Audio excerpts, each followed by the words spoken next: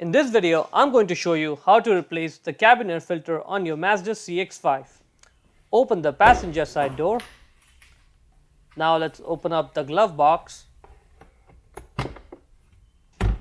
Now we need to take that dampener arm off. So just pull it off and it should come right off.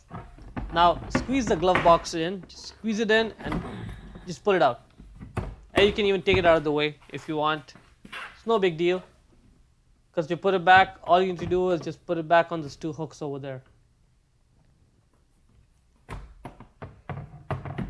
Yep, just like that.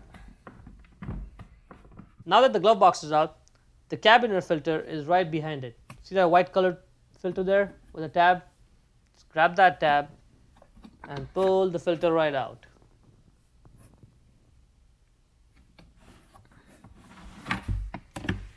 Now this filter is not too dirty.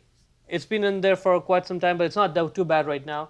So I'm just going to put it right back. You should change your filter at least once every 20,000 miles. If you drive a lot in the city, maybe you should check it and change it more often, maybe about 10-12,000 miles. So just squeeze it there and push it in.